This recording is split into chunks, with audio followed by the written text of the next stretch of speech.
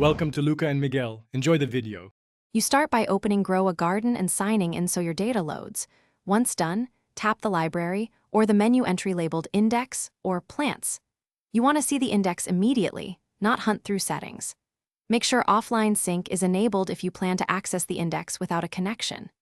If the app asks for permissions, grant storage and location so plant recommendations populate correctly, then wait a few seconds as the index downloads and appears. Once the index is visible, start filtering. Choose sunlight, water needs, USDA zone, or bloom time to narrow results quickly. Then sort by name, popularity, or planting date so the list matches your plan. You search for exact species or common names. Tap any entry to inspect details, care instructions, spacing, companion plants, and notes. Make sure to toggle images and notes. If photos are missing, switch to cellular data or resync so high-resolution assets download correctly. Finish by saving useful views. Create a custom filter set, bookmark favorites, or export the index as CSV or PDF for printing.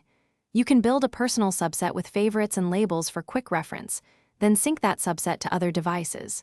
If items are missing or outdated, resync the app, clear cache, and check for updates. If that fails, log out and back in. One key troubleshooting tip: clear the app cache, then force a resync.